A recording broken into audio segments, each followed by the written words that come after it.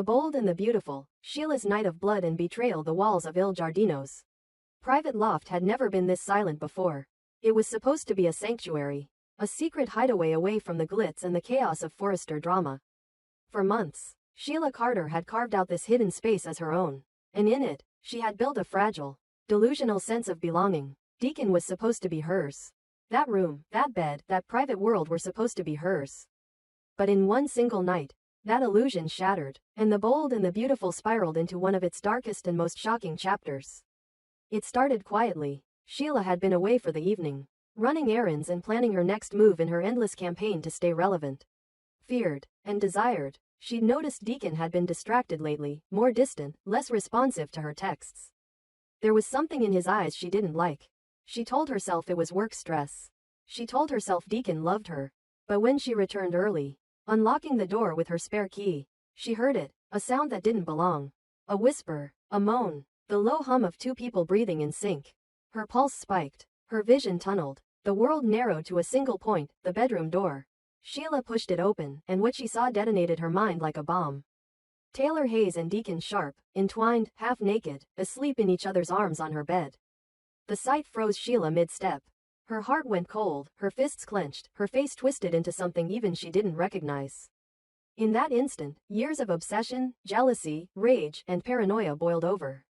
She wasn't just betrayed, she was obliterated. The life she thought she had built, the man she thought she had tamed, the enemy she thought she had outplayed, all of it was a lie. Sheila's scream cut through the room like a blade. Get up, get out of my bed. Deacon jolted awake, eyes wide, scrambling to pull on his shirt. Taylor sat up, confused, reaching for the blanket. But Sheila was already at the bedside, her fingers like claws as she yanked Taylor's arm, dragging her from the sheets. You filthy little hypocrite, Sheila snarled, shoving Taylor back. You think you're better than me? You think you can sneak into my home, into my bed, into my man? Taylor stammered, trying to steady herself. Sheila, listen, this isn't, but the words never landed. Sheila's open palm cracked across Taylor's face once, twice, 3 times, echoing in the small room.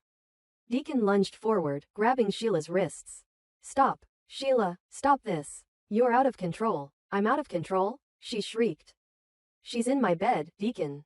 With you. Taylor tried to step back, to get to the door, but Sheila's fury was volcanic now. She twisted out of Deacon's grip, eyes blazing, hair wild. Deacon reached for her again, but she shoved him away with a force that sent him stumbling. In a heartbeat, she was at the closet, yanking the door open. Deacon froze. He knew what was in there. Sheila, don't, he started. But she already had it. A small black pistol, hidden behind a stack of boxes. She gripped it with trembling hands, turning back toward the bed, toward Taylor, toward the betrayal she couldn't unsee. You took everything from me, she screamed, tears streaming down her cheeks. You think you can take him too? Deacon's voice cracked. Put it down, please, Sheila. This isn't you. It is me, she sobbed. It's always been me. The gun went off. One shot, then another. Taylor gasped, staggered backward, eyes wide in shock. A crimson bloom spread across her blouse. Her knees buckled. Deacon dove forward, catching her as she fell, the gun clattering to the floor. Taylor, stay with me, he shouted, his hands pressing against the wound, his voice breaking. Call 911. Somebody help. Sheila stared at her hands. She stared at the gun. She stared at Taylor's blood on the sheets, on the carpet, on her own fingers. Her breathing came fast and shallow. The room tilted. For a moment she looked like she might collapse herself. Deacon's voice roared behind her. What have you done? What have you done? Sheila backed toward the door, shaking her head. I didn't mean, her voice cracked. She took everything. But the sight of Deacon holding Taylor's lifeless body, the sound of distant sirens, the weight of what she had just done, it snapped her back into survival mode. Without another word, Sheila grabbed her bag and bolted out the door. Down the hall, down the stairs, into the night, gone. Deacon stayed behind, kneeling in the spreading pool of blood, his face twisted in horror and grief. Taylor, don't leave me, please, he whispered, but her eyes had already gone glassy. He clutched her tighter, rocking back and forth, a man who had just lost everything in one brutal instant. The police arrived minutes later to find Deacon covered in blood, the gun still on the floor. Taylor's body crumpled on the bed she should never have been in. Sheila Carter, the woman at the center of every nightmare, had vanished. News of the shooting ripped through Los Angeles by morning. Forrester Creations shut down operations for the day. Ridge Forrester, hearing the news of Taylor's death, collapsed into Brooke's arms, sobbing. Steffi, away in Europe, received the call and let out a scream that echoed down the hotel corridor. Even Bill Spencer, a man hardened by decades of scandal, stood stunned in his office as the news alert popped on his phone. And Sheila? She was on the run again. Her face appeared on every screen, every feed, every headline. Sheila Carter wanted for murder. But this wasn't just another scandal. This was a seismic shift. Taylor Hayes was dead. Deacon Sharp was now a witness and a potential accomplice. And Sheila Carter, the most dangerous woman in daytime, had once again crossed the final line. But this time, even she didn't know if she could survive it. Because this time, she wasn't just a villain. She was a killer. And the entire city was coming for her. The bold and the beautiful, Sheila on the run. A blood-stained fugitive and a family at war. The gunfire still echoed in Deacon's ears long after. The room had gone silent. Taylor Hayes lay lifeless on the bed, Deacon's hands shaking as he tried in vain to stop the bleeding. His face streaked with tears and shock. Sirens wailed faintly in the distance, but the woman who had pulled the trigger was already gone. Sheila Carter, once again at the center of a storm of her own making, had vanished into the night. This time, she wasn't just the villain in a scandal. She was a murderer on the run. Sheila bolted down the narrow alley behind the building, one shoe slipping off in the scramble. Her hair was wild, her breathing erratic. She clutched the small black pistol like it was her last tether to control. Her other hand rubbing at the dark bruise forming on her arm from Deacon's attempt to restrain her. During the struggle, her mind replayed the scene over and over. Taylor's shocked face, Deacon's voice pleading with her, the gunshots that seemed to go off by themselves. The metallic smell of blood clung to her. She didn't remember pulling the trigger a second time. She didn't remember running. She only knew one thing: she had to disappear. Within hours, LAPD issued a statewide bolo. Her photo, mugshot, DMV image, old booking pictures, spread across California law enforcement networks and onto the evening news. Sheila Carter wanted for murder, the anchor said grimly. Considered armed and dangerous, police cruisers began patrolling highways and airports. Helicopters buzzed over Los Angeles. The net was tightening. At the Forrester mansion, Ridge Forrester stood in front of a window, fists clenched so hard his knuckles whitened. His eyes were red but dry, his voice low and steady, the sound of a man holding back a tidal wave. "She's not going to get away with this," he said. "I swear to you, I will hunt her down myself if I have to. She murdered the mother of my children. She stole Taylor from us. I won't rest until she's behind bars." Steffi sat motionless on the sofa, staring at nothing. Her phone buzzed with condolences and news updates, but she didn't see them. Her hands lay limp in her lap. The shock of losing her mother had hollowed her out. But as the hours passed, something colder and sharper began to take shape inside her. A will, a drive, an unrelenting need to see justice done. "Sheila thinks she can run?" she whispered hoarsely. "She won't run forever. I'll make sure of it." Across town, Finn sat alone in his car, parked outside the hospital, head in his hands. His wife's pain, his mother's crime, his family imploding. It was all too much. He saw Taylor's blood every time he closed his eyes and Sheila's face every time he opened them. The woman who gave him life had taken someone else's. And not just anyone, his wife's mother. He knew Steffi needed him. He knew where his loyalty should lie. But inside, a voice he couldn't silence kept whispering, "She's still your mother." That whisper was poisoning everything. He and Steffi had barely spoken since the shooting. She wanted vengeance. He wanted truth. She wanted him at her side, but he couldn't stop feeling the pull of blood, however tainted. Their marriage, once unshakable, now felt like a fragile glass ready to crack at the next argument. Meanwhile, Sheila had already begun the meticulous process of vanishing. She drove aimlessly for hours, paranoia gnawing at her, checking the rearview mirror every few seconds.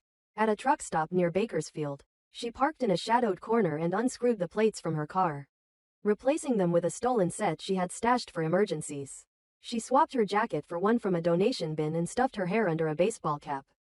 By dawn, she was just another tired traveler pulling off the freeway, blending into the blur of motel parking lots. She checked into a roadside motel under a false name, cash only, no ID. The room smelled of cigarette smoke and mildew. She locked the door, drew the curtains, and sat on the edge of the bed staring at the pistol on the nightstand. Her bruise throbbed, her hands trembled. She knew the police would find Deacon's place, find the gun registered to someone, find her fingerprints, find everything. She needed to clean up the mess before it buried her. She reached for the prepaid phone hidden in her bag and dialed a number she hadn't used in years. It rang once, twice. A male voice answered. Yeah, it's me, she said, her voice low. I need a cleanup. Now. The man chuckled. You don't call for years and when you do, it's for a cleanup. Figures. What do you need? Evidence gone, she hissed. Gun gone. Clothes gone. Anything that ties me to it gone. There was a pause. Big job. Dangerous job. Big money. I'll pay, Sheila snapped. Just do it. He gave her an address. Be there tonight. And bring the piece. Sheila hung up, staring at the phone. Her world had shrunk to a single goal, survival. She told herself she hadn't meant to kill Taylor. That it was an accident. That she'd been provoked. But the law wouldn't care. The Forresters wouldn't care. And Finn, her son, her only real connection, he wouldn't forgive her. Not for this. Back in Los Angeles, the Forresters and the LAPD were closing ranks. Ridge coordinated with detectives personally, offering private investigators and Forrester security staff to aid the search. Steffi began giving statements to the press. Her grief raw but her message clear. Sheila Carter would be found. She murdered my mother, she told a reporter outside the courthouse. She tore a hole in my family. She thinks she's unstoppable, but she's not. We're coming for her. Finn watched the interview on TV, his chest tight. He wanted to stand next to Steffi, to hold her hand, to promise her everything would be okay. But how could he, when the woman she hated most was the woman who had once held him as a baby? He hated himself for feeling anything but rage at Sheila. He hated himself for still thinking of her as mom. He hated himself for not being able to tell Steffi that part of him still wanted to protect Sheila from the manhunt. The tension in their marriage grew by the hour. At night they lay in the same bed but worlds apart. Steffi stared at the ceiling, imagining what she'd say if she came face to face with Sheila. Finn stared at the wall, imagining what he'd say if he came face to face with his mother. The man Sheila had called a gunrunner and fixer known only as Rico waited in a deserted industrial lot near Barstow, leaning against his car, smoking. He had no loyalty to Sheila. He had his own reasons for taking her call. The word on the street was that LAPD was offering a reward for tips on her location. Rico smelled opportunity. When Sheila arrived that night, handing him the gun in a brown paper bag, she didn't notice the small tracker he slipped into her purse. She didn't see him text someone under the dash. She didn't realize she had just traded her last advantage for a betrayal. But she would. As the night deepened, the storylines of the bold and the beautiful converged into one relentless arc. A mother on the run with blood on her hands. A daughter bent on revenge. A son torn in two. A husband watching his marriage crack under the weight of impossible loyalties. Ridge's vow to hunt her down wasn't just a metaphor. For the first time, the Forresters were moving beyond restraining orders and press statements. This was personal. This was primal. And Sheila Carter, bruised, armed, and cornered, was about to learn what it meant when a family built on power, love, and loss decided to strike back. The chase had only begun. The bold and the beautiful, Deacon under fire. Love, law, and a city against him. The gunshot had barely faded before Deacon Sharp's world collapsed. One moment he was holding Taylor Hayes in his arms, blood soaking through his clothes as her final breath slipped away, and the next, red and blue lights were painting the walls of his loft in dizzying flashes. LAPD stormed in with weapons drawn, barking commands, and demanding answers he didn't have. The gun was on the floor. Taylor was dead, and Deacon, stunned, blood-streaked, and alone, was the only person left in the room when the cops arrived. He didn't resist, he didn't speak, he didn't run, but it didn't matter. In the eyes of the law, the scene was damning. The weapon that fired the fatal shot was registered to his home. The bedroom it happened in was his. And the woman who pulled the trigger, Sheila Carter, was gone. Vanished, leaving behind nothing but chaos and a rapidly growing manhunt.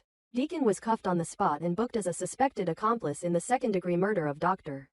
Taylor Hayes. At the station, he sat under harsh lights for hours, interrogated by detectives who threw every detail back in his face. Why was Sheila living with him?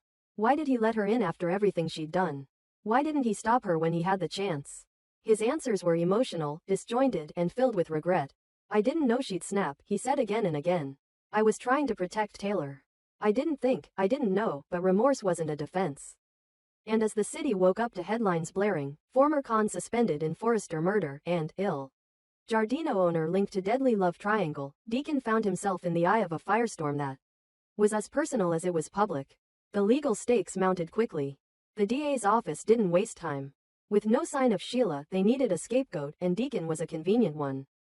He had a record. He had a motive, jealousy, perhaps.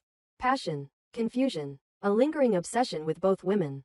The DA argued that even if he didn't pull the trigger, Deacon was morally and emotionally complicit in the events that led to Taylor's death. Luckily for Deacon, he wasn't entirely alone. Carter Walton, trusted legal counsel, loyal friend, and now one of the few people willing to step into the flames, volunteered to represent him. The optics were complicated. Carter was also grieving the loss of Taylor, a woman he had deep respect for. But in the chaos, he still believed in justice. He still believed that Deacon, whatever his faults, wasn't a murderer. At the preliminary hearing, Carter stood tall before the judge, making it clear that his client was not an accomplice, but a man who had tried to save a life. Your Honor, Deacon Sharp called 911. He stayed at the scene. He attempted CPR. He didn't flee. He didn't tamper with evidence. He cooperated with the investigation from the start. That's not the behavior of a man with guilt to hide. The prosecution wasn't so forgiving. They dropped a bombshell, a recovered security recording from the rear entrance of Il Giardino. The audio was distorted but clear enough. The sound of Sheila's voice, panicked and breathless, cursing, sobbing, saying things like, "I didn't mean to. He saw everything. They'll think we planned this." The prosecution played it on loop, emphasizing the phrase, "they'll think we planned this," using it as the cornerstone of their theory. That Deacon and Sheila were lovers turned killers. Two unstable figures spiraling into violence. Carter objected fiercely, arguing that the recording proved Sheila's panic, not guilt by association. "This audio exonerates my client," he told the court. Sheila clearly references his shock. There is no indication of premeditation, coordination, or shared motive. Sheila acted alone. After hours of argument, the judge agreed to a compromise. Deacon would be released on conditional bail, ankle monitor, restricted movement, mandatory check-ins, and an enforced distance from anyone connected to the victim or the ongoing investigation. But freedom came at a price. The court of public opinion was far less forgiving. Customers at Il Giardino stopped showing up. Reservations were cancelled. A planned media launch for the restaurant's new wine line was pulled. Influencers distanced themselves. Review blogs labeled the place the scene of a celebrity homicide. Business partners froze contracts. Employees began whispering about walking away. Some did. Friends stopped returning texts. Acquaintances avoided him in the street. Even people who once defended him, including Hope Logan, now looked at him with wary, hesitant eyes. Brooke Logan, torn between grief and disbelief, found herself caught in an emotional limbo. Taylor had been a rival and a friend. Deacon had once been a reckless mistake and the father of her daughter's child. But this dragged everything she thought she knew into question. She visited Hope at home and tried to be careful with her words. "You need to think about safety, honey," she said gently. "I'm not saying Deacon meant for this to happen, but if he's capable of this kind of blindness, you need to keep Beth away from him." Hope was torn. She still loved her father. But part of her agreed. Even Ridge, furious, grieving, and relentless, refused to believe in Deacon's innocence. He let her into his home. He defended her. What did he think was going to happen? Ridge snapped at Carter. "He's not an idiot. He's not innocent." Steffi remained quiet publicly but privately pushed for a deeper investigation. She wanted everyone held accountable, not just Sheila. In her eyes, Deacon was part of the ecosystem that had let Sheila survive for this long. She'd warned people again and again, and no one had listened. Now her mother was dead, and she was done playing nice. Meanwhile, Deacon tried to return to some sense of routine, but everything felt poisoned. Reporters camped outside his loft. Paparazzi followed him from store to store. Strangers shouted slurs in the street. His employees avoided eye contact. The city had turned cold. But worst of all was the silence from Finn. Deacon had tried calling, texting, reaching out, nothing. And it wasn't just silence, it was absence. Not a word, not a visit, not a response. For a man who had once been a bridge between two chaotic families, Deacon now stood utterly alone, on the verge of being buried by a narrative too powerful to stop. He sat in his apartment late at night, ankle monitor blinking softly, the hum of 1,000 unanswered questions swirling in his head. What if he had reacted faster? What if he hadn't let Sheila stay? What if he had told someone sooner? What if the guilt wasn't legal? It was personal, crushing, constant. Carter, ever methodical, began building the defense brick by brick. He compiled character references, compiled surveillance footage, prepped witnesses, and requested forensic analysis of the crime scene. He was determined to prove that Deacon was a bystander, not a collaborator. But time wasn't on their side. Every day brought new media frenzy. Every day the pressure mounted. Every day Deacon looked guiltier in the public eye. The next court date loomed. Whispers of trial, Rumors of charges, leaked footage, edited narratives. Talk shows debated his fate. Bloggers posted evidence. Social media labeled him sharpshooter and Deacon did it. None of it was fair. But none of it mattered. Not when the city had already made up its mind. One thing was clear, even if Deacon Sharp walked free from court, he would never be the same man again. Because the bold and the beautiful doesn't just break hearts. It crushes legacies. And Deacon's once barely repaired was now one headline away from being destroyed forever.